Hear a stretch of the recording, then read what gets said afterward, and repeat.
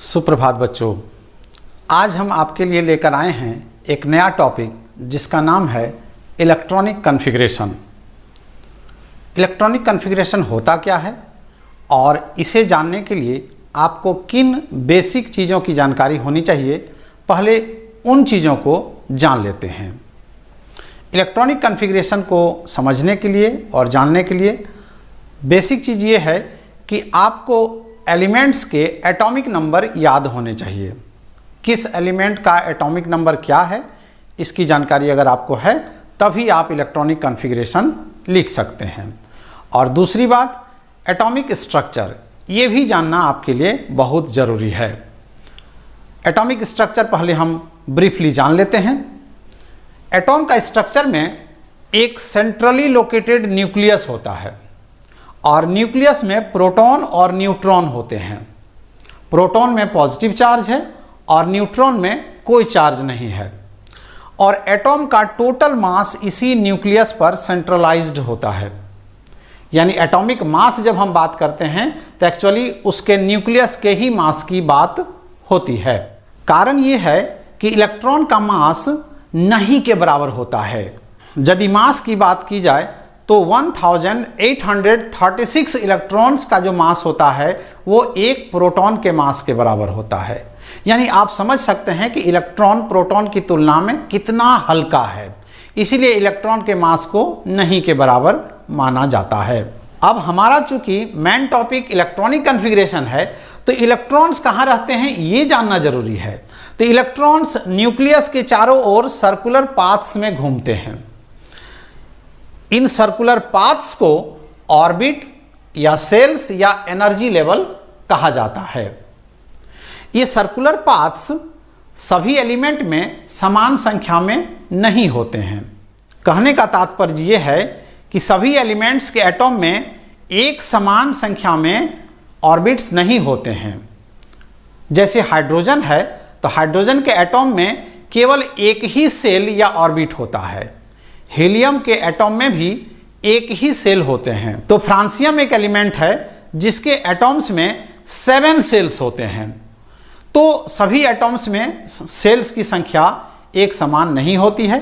किसी में 1, किसी में 2, किसी में 3, किसी में 4, किसी में 5, किसी में 7। मैक्सिमम सेल्स की संख्या 7 तक ही है। अभी तक जितने एलिमेंट्स की जानकारी है उनके एटॉम्स में। तो इन सेल्स में इलेक्ट्रॉन्स घूमते हैं न्यूक्लियस के चारों ओर। तो किस सेल का क्या नाम है और उनका नंबर क्या है और किस सेल में कितने इलेक्ट्रॉन्स घूमते हैं, इसका स्कीम दिया था बोर एंड बरी ने। और बोर बरी ने एक फॉर्मूला दिया था 2n², जहां n है सेल का नंबर। अब कौन कौन सेल हैं? पहला सेल का नाम है K, दूसरे सेल का नाम है L, तीसरे सेल का नाम M और फिर चौथा का N, पांचवा O, छठा P और सातवां Q सेल है। और मैक्सिमम नंबर ऑफ इलेक्ट्रॉन जैसा कि मैंने बताया 2n² है, जहां n सेल का नंबर है।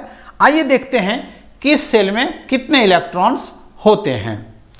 पहला सेल जिसका नाम K है उसमें कितने इलेक्ट्रॉन्स होंगे? 2 × 1² 1² यानी n यहाँ 1 है चूंकि यह पहला सेल है। तो कितने इलेक्ट्रॉन्स होंगे? मैक्सिमम 2।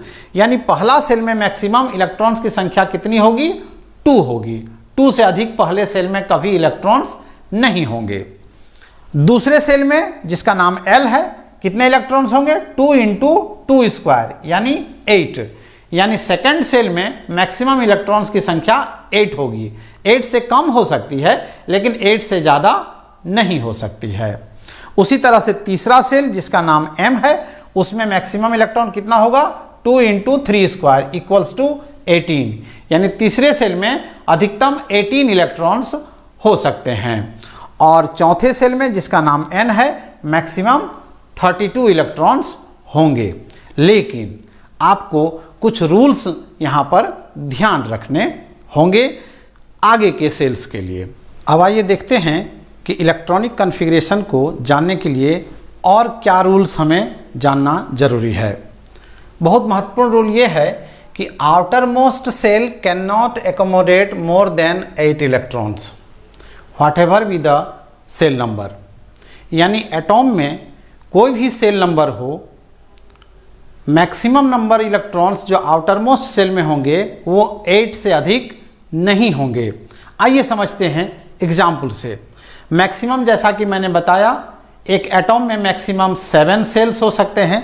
तो यदि किसी एलिमेंट के एटॉम में 7 सेल हैं तो आउटर मोस्ट सेल में 8 से ज़्यादा इलेक्ट्रॉन नहीं होगा। 8 से कम हो सकते हैं लेकिन 8 से ज़्यादा इलेक्ट्रॉन्स नहीं हो सकते।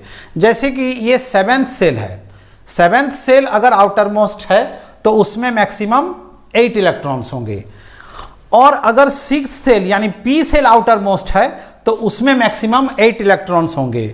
अगर ओ सेल आउटर मोस्ट है तो उसमें मैक्सिमम 8 ही इलेक्ट्रॉन्स होंगे।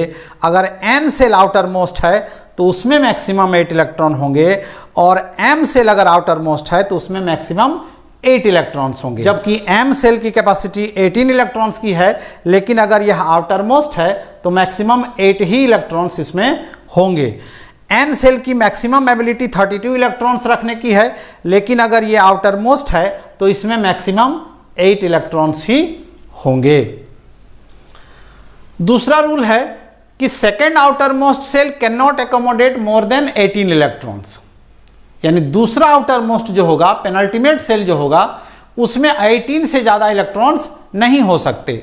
जैसे यहाँ देखिए क्यू आउटर मोस्ट सेल है तो इसमें मैक्सिमम 8 इलेक्ट्रॉन्स है, तो पी सेल उसका सेकेंड आउटर मोस्ट है तो उसमें मैक्सिमम 18 इलेक्ट्रॉन होगा।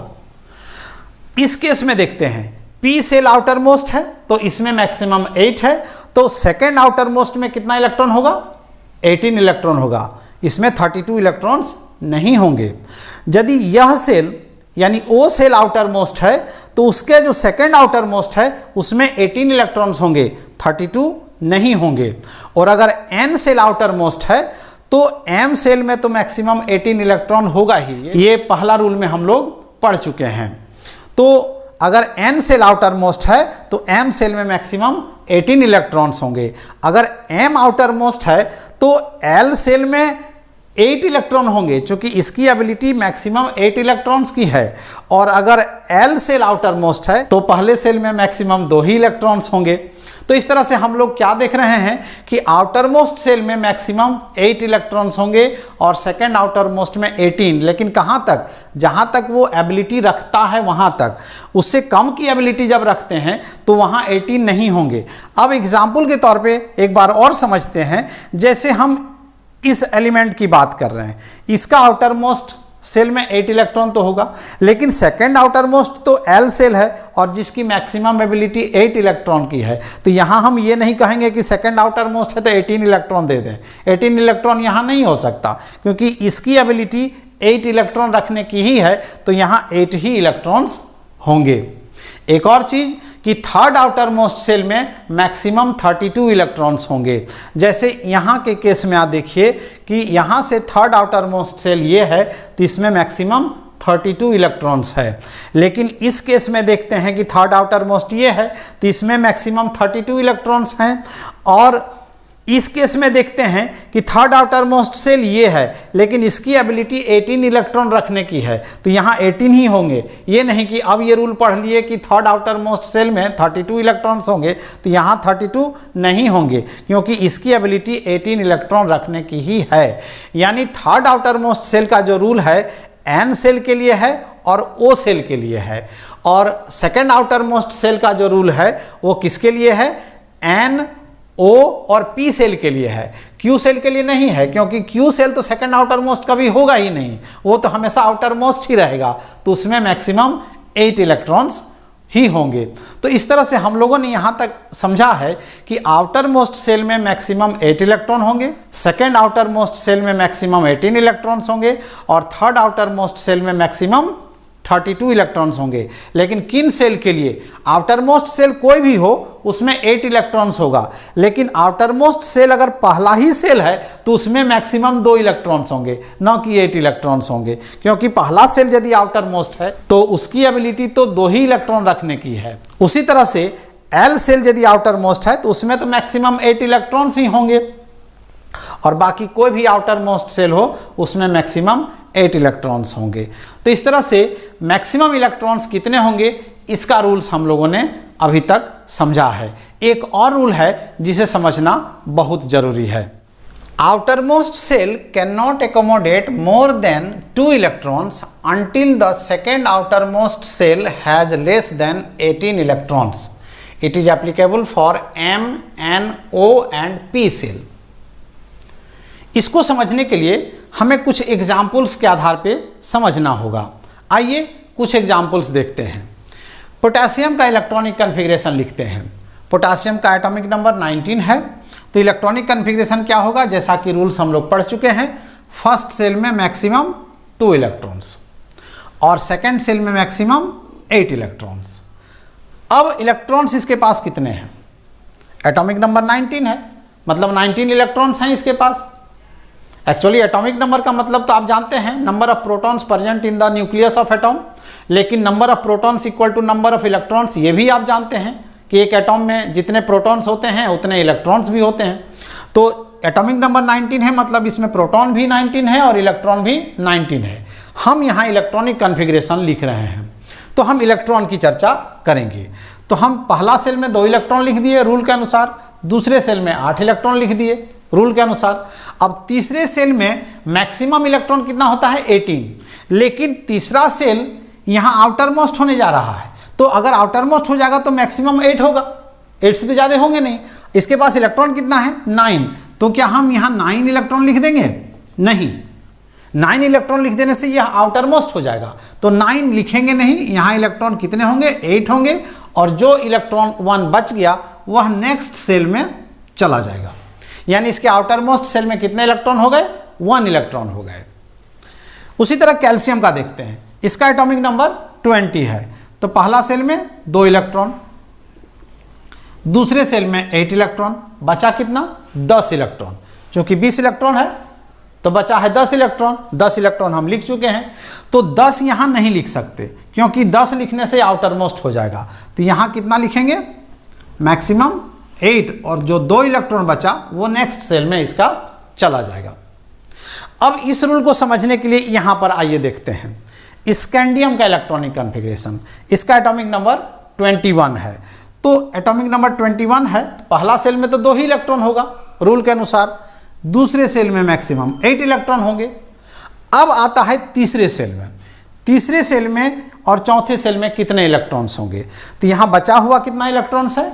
11 इलेक्ट्रॉन्स बचे हुए हैं। चूंकि 10 इलेक्ट्रॉन हम लिख चुके हैं, इसके पास 21 इलेक्ट्रॉन है, 11 इलेक्ट्रॉन बचे हुए हैं। तो यहाँ रूल ये है कि आउटर मोस्ट सेल में 2 से अधिक इलेक्ट्रॉन तब तक नहीं होंगे जब तक कि सेकेंड आउटर मोस्ट सेल में 18 इलेक्ट्रॉन न हो जाए। तो यानी इसके आउटर मोस्ट सेल में कितने इलेक्ट्रॉन होंगे? 2 इलेक्ट्रॉन होंगे, और जो बचा हुआ इलेक्ट्रॉन कितना बचा? 8 2 10 2 12, यानी 9 इलेक्ट्रॉन बचा हुआ है। तो 9 इलेक्ट्रॉन हम यहाँ उसके सेकेंड आउटर मोस्ट सेल में लिख देंगे। अब सेकेंड आउटर मोस्ट सेल में जब तक 18 इलेक्ट्रॉन नहीं हो जाएगा, इसमें 2 से अधिक इलेक्ट्रॉन नहीं जाएंगे किसी भी एलिमेंट का इलेक्ट्रॉनिक कन्फिग्रेशन जब हम लिखेंगे। अब जैसे टाइटेनियम का एटॉमिक नंबर कितना है? 22, तो फर्स्ट सेल में तो आप लिख देंगे 2 8। अब इसके पास 12 इलेक्ट्रॉन बचा हुआ है, क्योंकि 10 इलेक्ट्रॉन लिख चुके हैं, तो आउटर मोस्ट में 2 लिखेंगे और जो बचेगा 10 वो यहाँ लिखाएगा सेकेंड आउटर मोस्ट सेल में, क्योंकि इसमें जब तक 18 नहीं हो जाता है इसमें 2 से अधिक इलेक्ट्रॉन नहीं होंगे।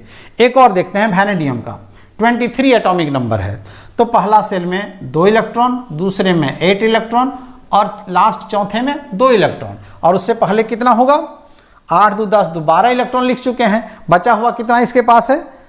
टोटल 23 इलेक्ट्रॉन्स हैं, तो 12 इलेक्ट्रॉन हम लिख चुके हैं, तो बचा हुआ है 11, तो 11 इलेक्ट्रॉन हम इसके तीसरे सेल में लिख देंगे। तो ये इलेक्ट्रॉनिक कॉन्फ़िगरेशन वैनेडियम का हो गया।